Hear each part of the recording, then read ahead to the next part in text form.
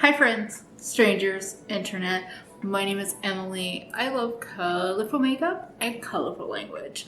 Welcome back, or if you've never been here before, welcome in. Hi, hello, say hi in the comments. Let me know how you found me. You have clicked on another episode of the new makeup Hangover, which is something that my friends Teresa, Audra, and I created all together. It was a group effort, and this is a follow-up to the new makeup nonsense bingo, where we skip the bingo cards, we skip the booze, and we talk about anything that has been released between filming, either things that y'all have tagged us in, left us comments to talk about, or that we have an interest or ire to talk about. Now, I am here today with an iced coffee because I do like having a beverage of sorts, and a very, very full face of makeup, which do we like? Do we love? You better. Compliments only.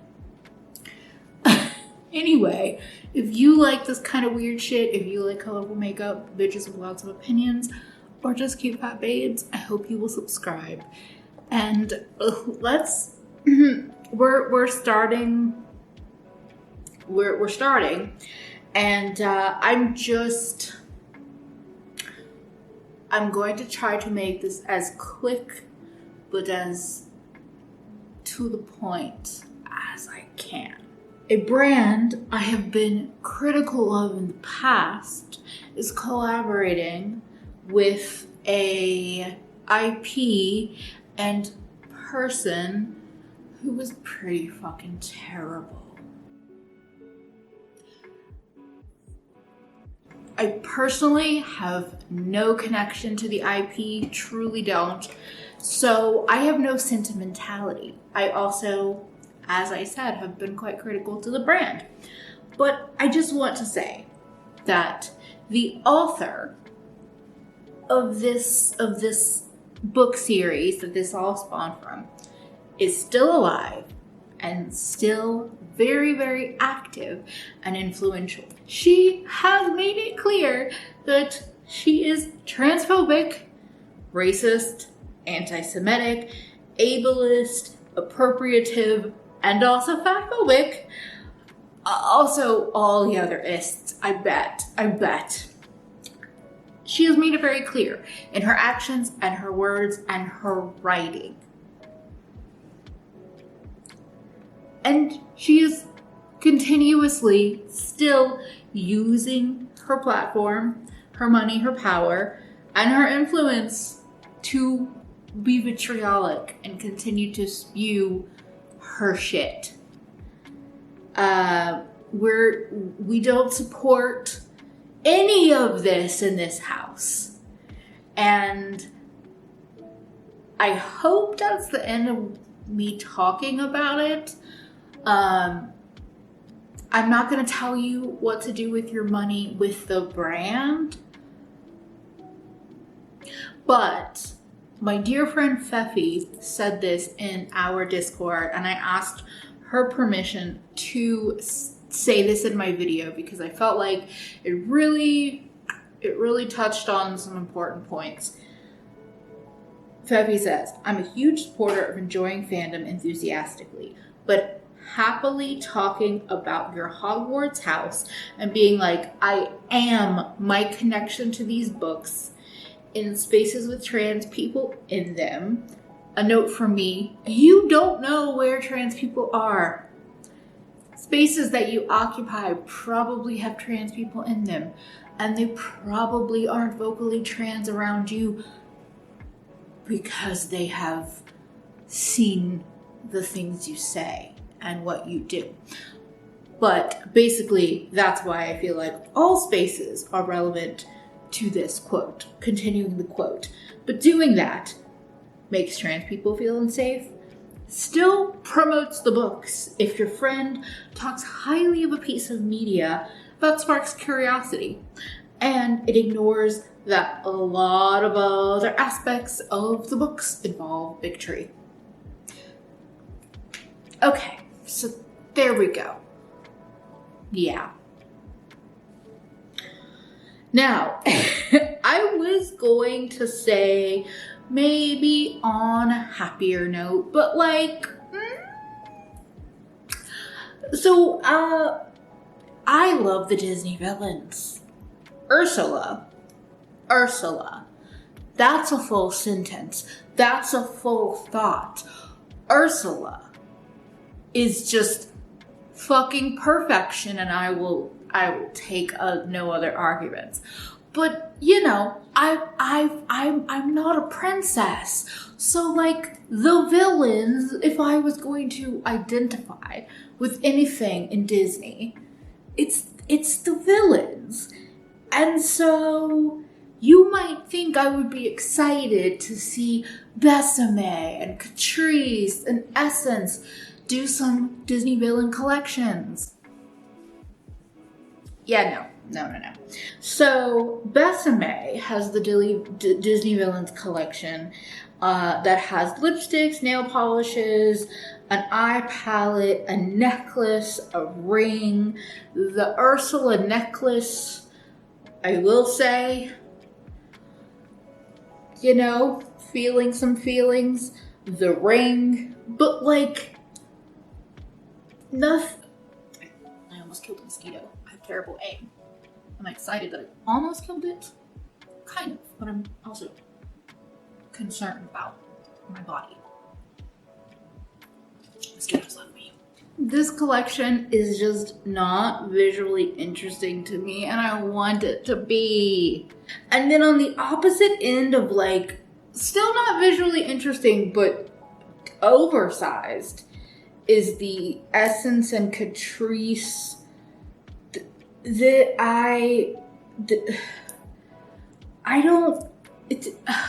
Okay, so this has your favorite Disney baddies like Cruella, Maleficent, Queen of Hearts, Scar, Ursula, and the Evil Queen. There are these giant eyeshadow palettes and slightly smaller ones. There's face palettes. There's compacts of like blush. It looks like there's lipsticks, nail polishes, makeup bags, or face mat. There's just like so much stuff, and it's all just a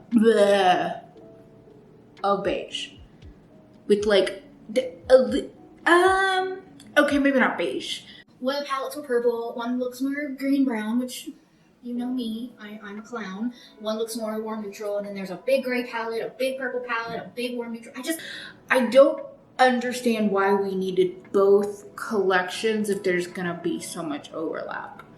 I kind of like, I get the idea of like these sister brands doing this big collaboration, but yeah, I don't think I'm gonna be bringing home any of the Disney villain stuff and from any of these brands, and I would say it breaks my heart, but it's just a bummer. It really is. Okay, this release, confusing. Another collaboration. Bobbi Brown has a collection with Tokidoki. Has anybody had the Tokidoki obsession? I don't think I ever actually got my hands on anything from them, but I know my friend had a bag from them. She might still have it actually. And I just, cuteness. And the highlighter, I don't even know if I can get my hands on this, but so there's an embossed shadow palette, lipsticks, a Tokidoki face base and cleansing oil, and the embossed highlight blusher. Definitely looks like a highlight blusher. It's coming later this fall. It could be Asia exclusive, but Trendstopia, who I believe Audra found, I'm not sure who found it, but I've started using them as a source and following them, which is rare for me. I try to avoid following new release Instagrams because Makeup Goblin is strong. But anyway, Trendstopia is saying they don't know if it's an Asia exclusive or not. the highlighter compact with the glowy pink like blush lighter. I don't fucking need this, but it's cute. But I'm also confused as to why Bobbi Brown. Like Shumera or Shiseido or something like I know there are other brands that regularly do like collaborations, especially Asia exclusive, but it's pretty. It's pretty. It really is. I'm gonna give it that. I mean, the eyeshadow palette does little to nothing for me, but the highlighter, come the fuck on. Speaking of something else that is just fucking pretty, so Glaminatrix is sneak peeking another. Could neighbors? Could we stop? Could we stop? Could we? So Glaminatrix is a brand. They're an indie brand based out of Australia, and they keep releasing stuff that like I am tempted by, but I haven't been so tempted to buy it. They're revealing, or they're sneak peeking the Glamorous eyeshadow palette. It has 12 shades, and there are going to be mattes and shimmers in there. It looks like they've revealed... Have they revealed almost all of the shades? But it's like a purple and blue kind of palette with some... It's like it goes from berry to purple, and then actually... It's more turquoise than blue. I want the purple. That's my thing with Glaminatrix. I think the Nocturnal palette was probably the closest thing to my perfect Glaminatrix palette. The purples in here, and even Nearly Natural was tempting. I think, here's my thing. I think of Glaminatrix, I'm just gonna put this out there, because you have really pretty packaging for your palettes, and then the pans are magnetized. Could you make a build your own palette function? So then I could just build my own thing and make my own, like, basically purple and green palette. I'm sure that's what it would be. I don't know. I'm tempted by the brand, but I have yet to see anything that's actually made me go for it. And it's probably the pre-order, you know, weight and the shipping weight and the cost. Lots of things. It's pretty though. The point I'm trying to get to is that this is pretty. I'm curious to hear any thoughts from people who have used Glaminatrix. Do you recommend them? What do you like? Yeah. What'll probably happen is I will buy single shadows if/when I make a purchase. But the Glamorous palette looks quite pretty. So the next release I wanted to quickly mention are these new multi-chrome liquid liners from Sugar Drizzle. We have Crowned Wood Nymph, Rosemary Beetle, and Cuckoo Wasp. And I saw that Millie Back to the Brow, who is modeling the liners in the promo photos, also got to name the liners. So I don't know if you would call this a collaboration or what you would call it exactly, but like, congrats. These look really pretty. I'm not really in the market for multi-chrome liquid liners, but they're available. They're $13.50 each or $40 for the bundle.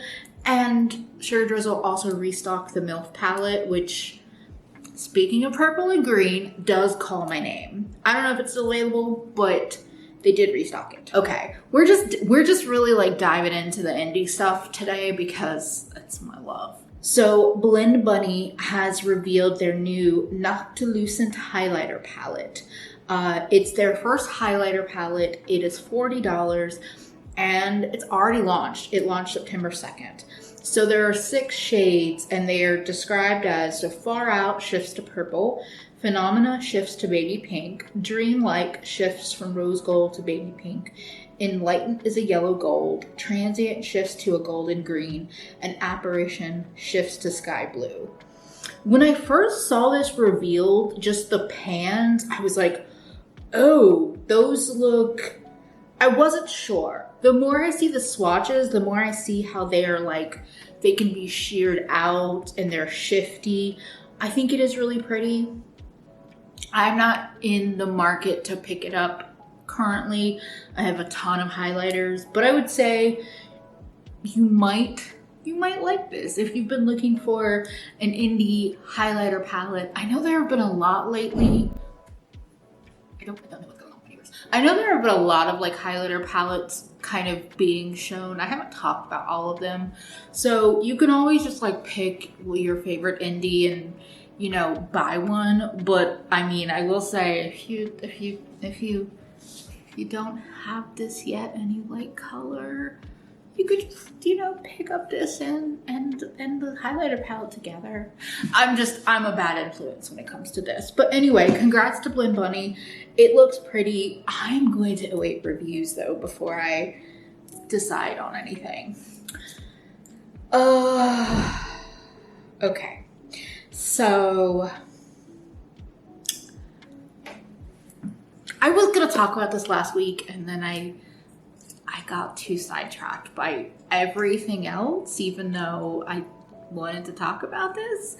I would say let me take a drink, but it's not booze, so I'm still gonna take a drink, but.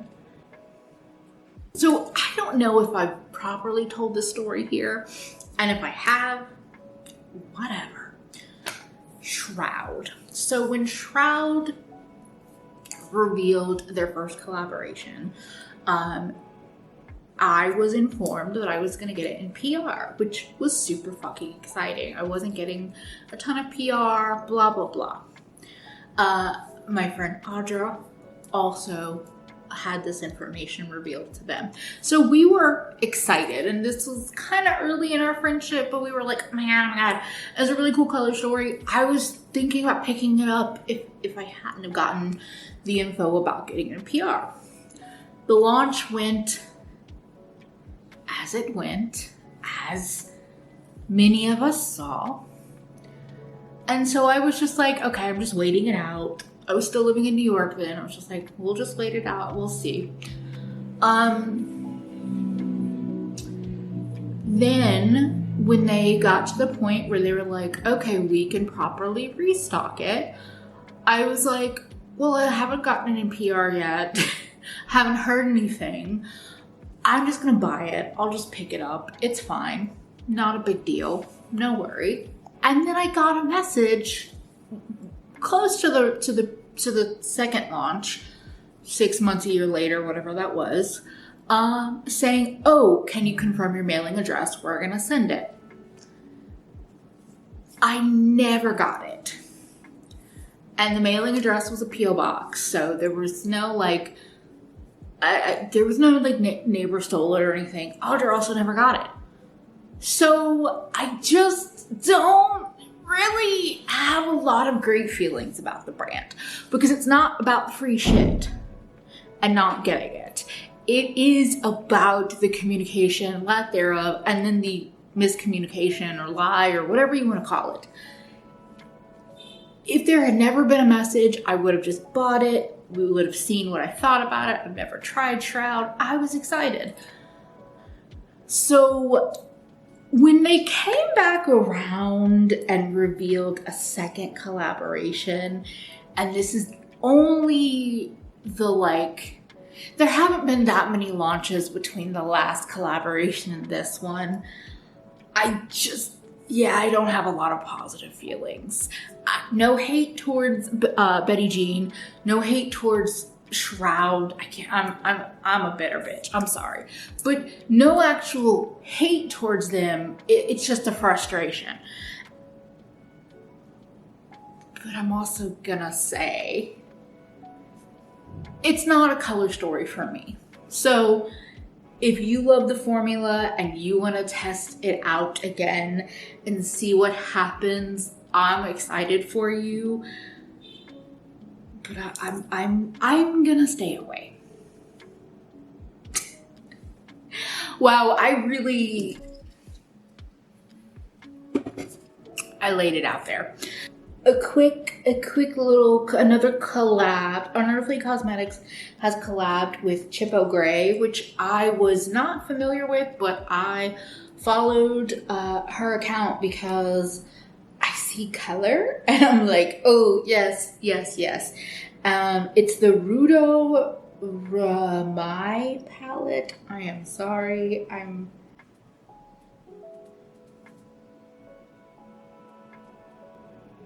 Rudo Ramai. Not sure. My apologies. But this is a really pretty rainbow palette. It is what it is. It's a rainbow palette to me. It looks like there are 8 mattes and 4 shimmers. I think it's pretty. I don't need it. I'm not like yearning for it, but I like a more, I mean, I just fucking held up this giant palette. But I would say if I knew I liked the Unearthly Matte formula, I think that this is a cute little rainbow palette to pick up. And I feel like it covers a lot of bases with the orange, reds, yellows, blues, purples. So it's cute. It's $40. It's available now. But I don't have any desire for it. Oh, but the name means a mother's love, a beautiful mashup of her home country and the joy of becoming a mother and appreciation for her family. That's really sweet. I dig the story behind it. I really like seeing that, like seeing a little bit more of a, you know, some personal touches with collabs. Okay.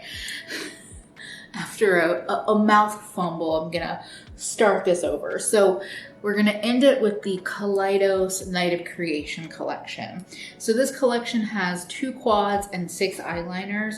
The quads are Glowing Haze and Glowing Iris. Or no, wait, is it Glowing Haze?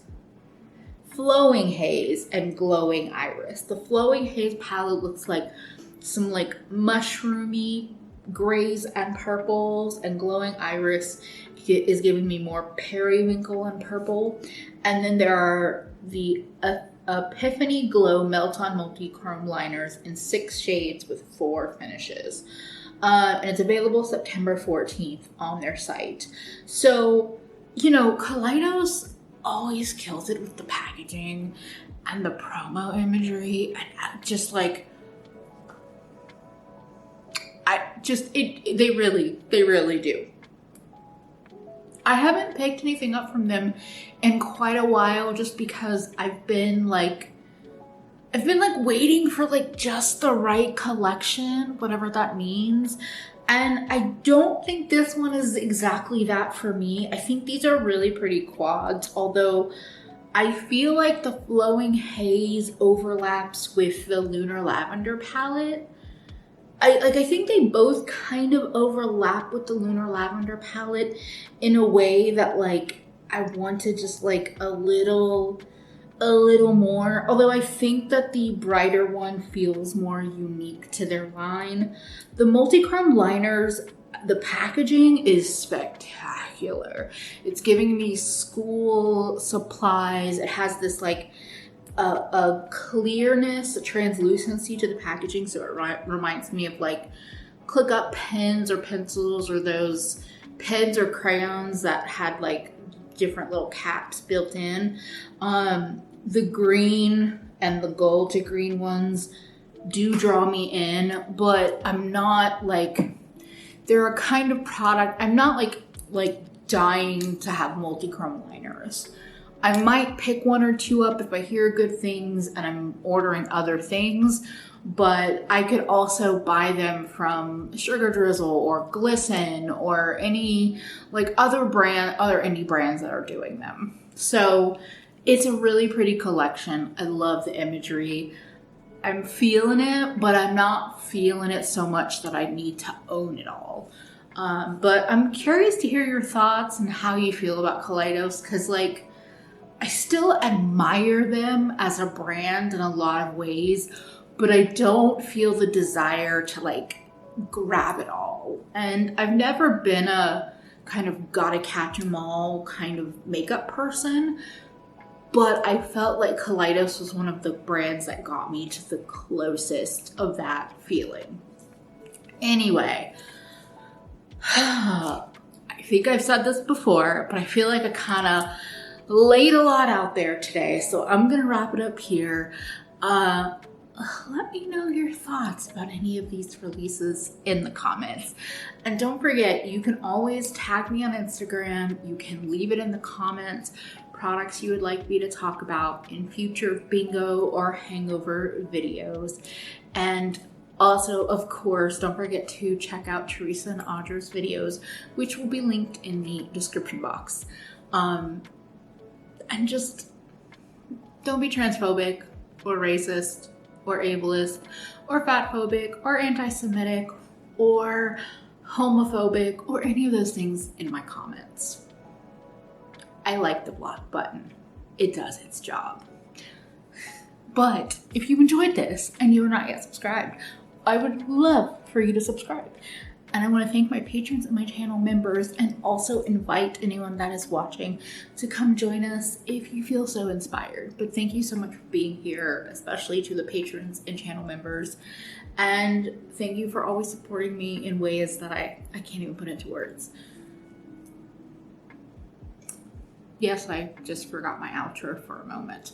Don't forget to take care of yourself better today than you did yesterday. Bye, friends.